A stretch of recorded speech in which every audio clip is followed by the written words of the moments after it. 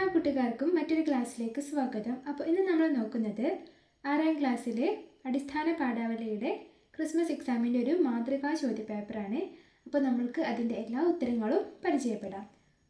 ഒന്നാമത്തെ പ്രവർത്തനമാണ് വായിക്കാം എഴുതാം. വൻമരങ്ങളിൽ ഉൾപ്പെടുന്ന ഒന്നാണ് പേരാൽ. ഇത് താങ്ങുവേരുകളുള്ള ഒരു വൃക്ഷമാണ്. ലോകത്ത് ഇന്നുള്ളതിൽ ഏറ്റവും വലിയ പേരാൽ കൊൽക്കത്തയിലെ ബൊട്ടാണിക്കൽ ഗാർഡനിലാണ്. ഇതിന് അനവധി താങ്ങുവേരുകളുണ്ട്. കേരളത്തിലെ ഏറ്റവും വലിയ പേരാൽ കാണപ്പെടുന്നത് ഇടുക്കി ജില്ലയിലെ കാന്തല്ലൂരിലുള്ള കണ്ണശ്ശിയമ്മൻ കാവിലാണ്. ഇതിന് 100-ലധികം താങ്ങുവേരുകളുണ്ട്. പൂർണ്ണമായും വംശനാശം വന്നെന്ന് കരുതിയിരുന്ന അത്യപൂർവമായ കാവിലിപ്പ എന്ന വൃക്ഷം അടുത്ത കാലത്ത് കൊല്ലം ജില്ലയിലെ പരവൂരിനടുത്തുള്ള ആയിരവല്ലി മഹാദേവക്കാവിൽ കണ്ടെത്തുകയുണ്ടായി. കാവുകളിൽ നടത്തിയ പഠനങ്ങളിലാണ് ഈ മരത്തെ കണ്ടെത്തിയത്. അതുകൊണ്ടാണ് കാവിലിപ്പ എന്ന പേര് നൽകിയത്. കാവുകളിലെ മറ്റൊരു സാന്നിധ്യമാണ് മിരിസ്റ്റിക്ക ചതുപ്പുകൾ. കണ്ടൽ സസ്യങ്ങൾക്ക് സമാനമായ ഇതിനെ ശുദ്ധജല കണ്ടലുകൾ എന്നും വിളിക്കാറുണ്ട്. യഥാർത്ഥ കണ്ടലുകളും നമ്മുടെ കാവുകളിലുണ്ട്.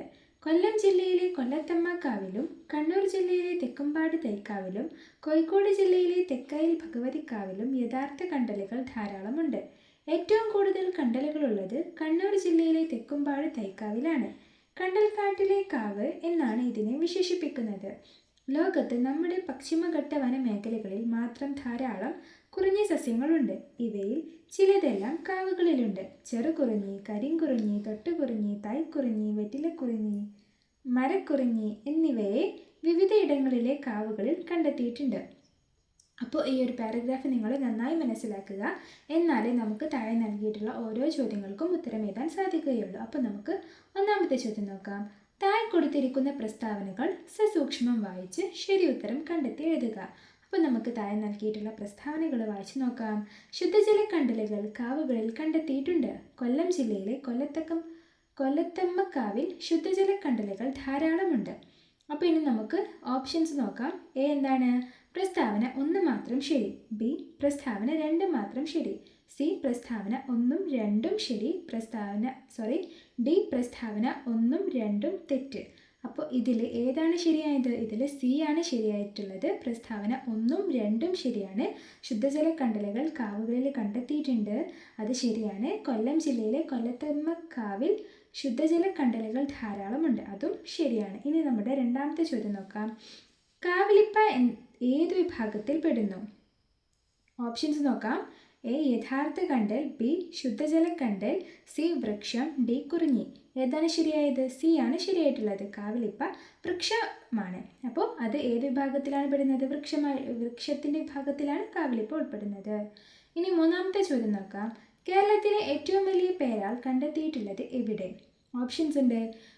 എ എന്താണ്? കൊൽക്കത്തയിലെ ബൊട്ടാണിക്കൽ ഗാർഡനിൽ, ബി കാന്തല്ലൂരിലെ കണ്ണശ്ശിയമ്മൻ കാവിൽ, സി പരവൂരിലെ ആയിരവല്ലി മഹാദേവക്കാവിൽ, ഡി കണ്ണൂരിലെ തെക്കുംപാട് തൈക്കാവിൽ. അപ്പോൾ ഇതിൽ ശരിയായത് ഏതാണ്?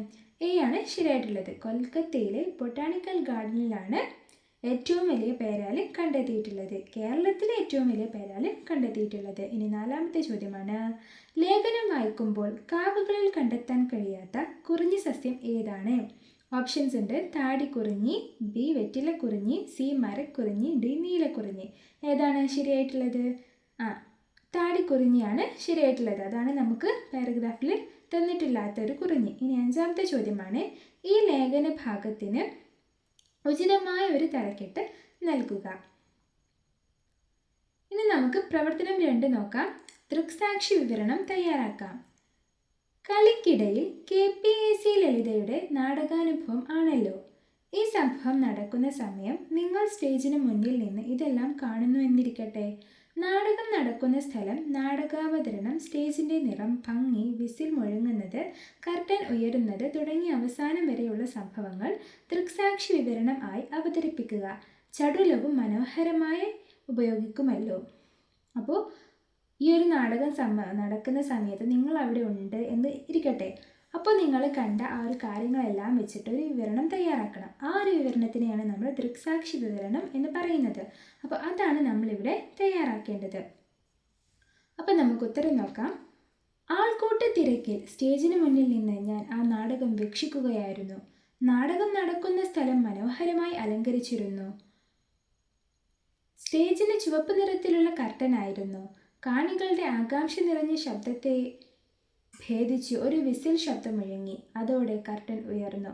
സ്റ്റേജിൽ KPAC ലളിതയുടെ അസാധാരണമായ പ്രകടനം ആരംഭിച്ചു. ഓരോ ചലനവും ഭാവവും കഥാപാത്രത്തിന് ജീവൻ നൽകുന്നതായിരുന്നു. നാടകാവതരണം വളരെ ചടുലവും മനോഹരവുമായിരുന്നു. കാണികൾ ശ്വാസം അടക്കിപ്പിടിച്ച് ആ പ്രകടനം ആസ്വദിച്ചു. കൈയടിക്കുകയും ആർപ്പ് വിളിക്കുകയും അകമ്പടിയോടെ നാടകം അതിൻ്റെ പാരമ്യത്തിലെത്തി. അവസാനം കർട്ടൻ വീഴുമ്പോൾ ലളിതയുടെ അഭിനയ മികവ് ഓരോ പ്രേക്ഷകന്റെയും മനസ്സിൽ ആഴത്തിൽ പതിഞ്ഞിരുന്നു. അതൊരു അവിസ്മരണീയമായ നാടകാനുഭവമായിരുന്നു. അപ്പോൾ ഇതാണ് നമ്മുടെ പ്രവർത്തനം 2ന്റെ ഉത്തരം. നിങ്ങൾ ഞാൻ തന്നിട്ടുള്ള ഈ ഒരു ദൃക്സാക്ഷി വിവരണത്തിൻ്റെ രീതി മനസ്സിലാക്കിയ ശേഷം നിങ്ങൾ ഒന്ന് ഒറ്റയ്ക്ക് ഇതൊന്ന് തയ്യാറാക്കി നോക്കണം. ഇനി നമുക്ക് നമ്മുടെ പ്രവർത്തനം 3 നോക്കാം. ആസ്വാദനക്കുറിപ്പ് തയ്യാറാക്കാം.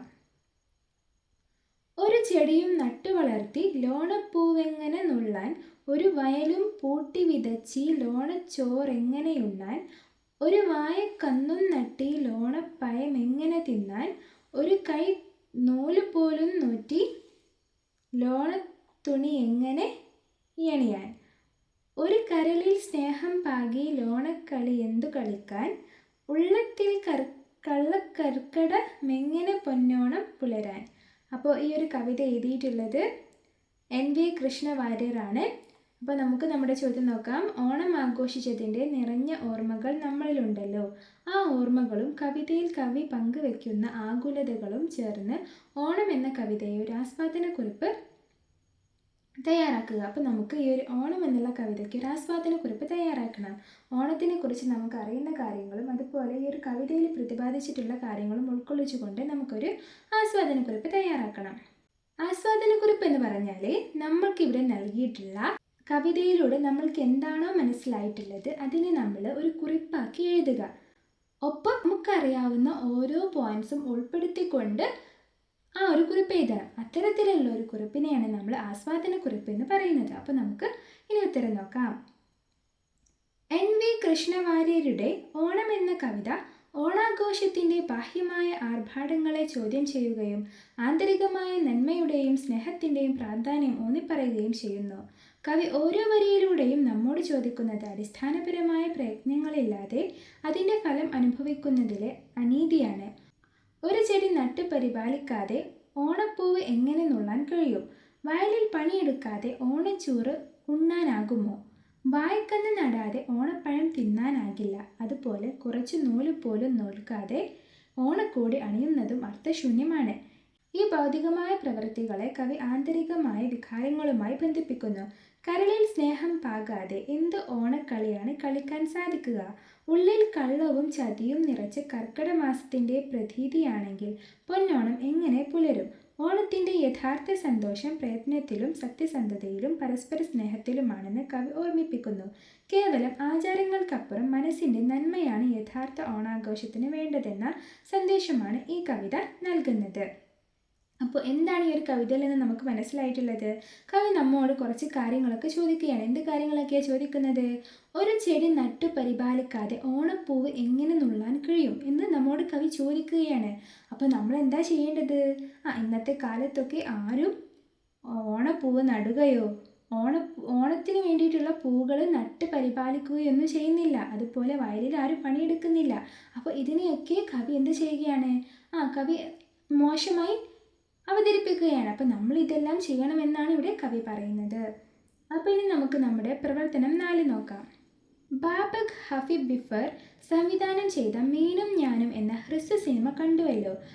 അതിലെ കാഴ്ച വെല്ലുവിളി നേരിടുന്ന കഥാപാത്രത്തെക്കുറിച്ച് വിശദമായി പ്രതിപാദിച്ച് അയാളുടെ ജീവിതം, ചുറ്റുപാടുകൾ, മനോഭാവം, സഹജീവി സ്നേഹം എന്നിവ വിശദീകരിച്ച് ഒരു കഥാപാത്രക്കുറിപ്പ് തയ്യാറാക്കുക.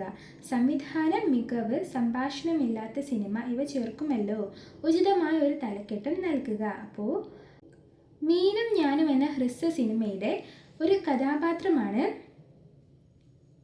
അതിലെ കാഴ്ച വെല്ലുവിളി നേരിടുന്ന ഒരാൾ. അപ്പോൾ അയാളുടെ കുറിച്ചിട്ട് നമ്മളൊരു കുറിപ്പുണ്ടാക്കണം. അപ്പോൾ അയാളുടെ എല്ലാ കാര്യങ്ങളും, അതായത് അയാൾ എങ്ങനെയുള്ള ആളാണ് എന്നെല്ലാം ഉൾപ്പെടുത്തിക്കൊണ്ടൊരു കുറിപ്പുണ്ടാക്കണം. അപ്പോൾ അത്തരത്തിലുള്ളൊരു കുറിപ്പാണ് കഥാപാത്രക്കുറിപ്പ് എന്ന് പറയുന്നത്. ആ ഒരു കഥയിലുള്ള ആളുടെ ഒരു കുറിപ്പാണ്. അതുകൊണ്ടാണ് കാണുന്നത്. അപ്പോൾ നമുക്കൊരു കഥാപാത്രക്കുറിപ്പ് തയ്യാറാക്കാം. അപ്പോൾ നമുക്കിവിടെ ഹെഡിങ് നൽകണമെന്ന് പറഞ്ഞിട്ടുണ്ട്. അപ്പോൾ നമുക്ക് പ്രകാശമില്ലാത്ത കാഴ്ചകൾ എന്നുള്ള ഒരു ഹെഡിങ് നൽകാം. ഇനി നമുക്ക് ഉത്തരത്തിലേക്ക് കിടക്കാം. ബാബക് ഹഫീബിഫറിൻ്റെ മീനും ഞാനും എന്ന ഹ്രസ്വ സിനിമയിലെ കാഴ്ച വെല്ലുവിളി നേരിടുന്ന പ്രധാന കഥാപാത്രം ലളിതവും എന്നാൽ അർത്ഥവത്തവുമായ ഒരു ജീവിതമാണ് നയിക്കുന്നത്. കടൽ തീരത്തുള്ള അയാളുടെ ചെറിയ വീടും ചുറ്റുപാടുകളും അയാളുടെ സ്വയം പര്യാപ്തതയെയും പ്രകൃതിയോടുള്ള അടുപ്പത്തെയും സൂചിപ്പിക്കുന്നു. കണ്ണുകൾക്ക് കാഴ്ചയില്ലെങ്കിലും അയാളുടെ ജീവിതം നിരാശയുടേതല്ല, മറിച്ച് പ്രതീക്ഷയുടേതാണ്. ഓരോ ദിവസവും മീൻ പിടിക്കാൻ പോകുന്നതും മറ്റ് ഇന്ദ്രിയങ്ങൾ ഉപയോഗിച്ച് ലോകത്തെ അറിയുന്നതും അയാളുടെ മനോഭാവത്തിലെ ദൃഢതയെ കാണിക്കുന്നു. മീൻപിടുത്തത്തിനിടയിൽ കിട്ടിയ മീനിനോട് അയാൾ കാണിക്കുന്ന ദയയും പിന്നീട് അതിനെ തിരികെ വെള്ളത്തിലേക്ക് വിടുന്നതും അയാളുടെ സഹജീവി സ്നേഹത്തിൻ്റെ ഉത്തമ ഉദാഹരണമാണ്. സംഭാഷണങ്ങളില്ലാത്ത ഈ സിനിമയിൽ സംവിധായകൻ കഥാപാത്രത്തിൻ്റെ ആന്തരിക വികാരങ്ങളെയും അയാളുടെ ലോകത്തെയും ദൃശ്യങ്ങളിലൂടെയും ശബ്ദങ്ങളിലൂടെയും പ്രേക്ഷകരിലേക്ക് അതിമനോഹരമായി എത്തിക്കുന്നു. അപ്പോൾ ഇതോടുകൂടി നമ്മുടെ ഈ ഒരു ക്ലാസ് ഇവിടെ അവസാനിക്കുകയാണ്. അപ്പോൾ ഇനി നമുക്ക് അടുത്ത ക്ലാസ്സിൽ അടുത്ത കാര്യങ്ങളുമായിട്ട് വീണ്ടും കാണാം. അപ്പോൾ ക്ലാസ് ഇഷ്ടപ്പെട്ടാൽ സബ്സ്ക്രൈബ് ചെയ്യാൻ മറക്കരുത്. എന്നാലേ നിങ്ങൾക്ക് ഇതുപോലെയുള്ള വീണ്ടും പല ക്ലാസ്സുകളും ലഭിക്കുകയുള്ളൂ. അപ്പോൾ ക്ലാസ് ഇഷ്ടപ്പെട്ടാൽ കൂട്ടുകാർക്കെല്ലാം അയച്ചു കൊടുക്കുക, ലൈക്ക് ചെയ്യുക. എന്തെങ്കിലും സംശയങ്ങളുണ്ടെങ്കിൽ കമൻറ്റ് ബോക്സിൽ ചോദിക്കുക. അപ്പോൾ എല്ലാവർക്കും എൻ്റെ ഹൃദ്യമായ നന്ദി.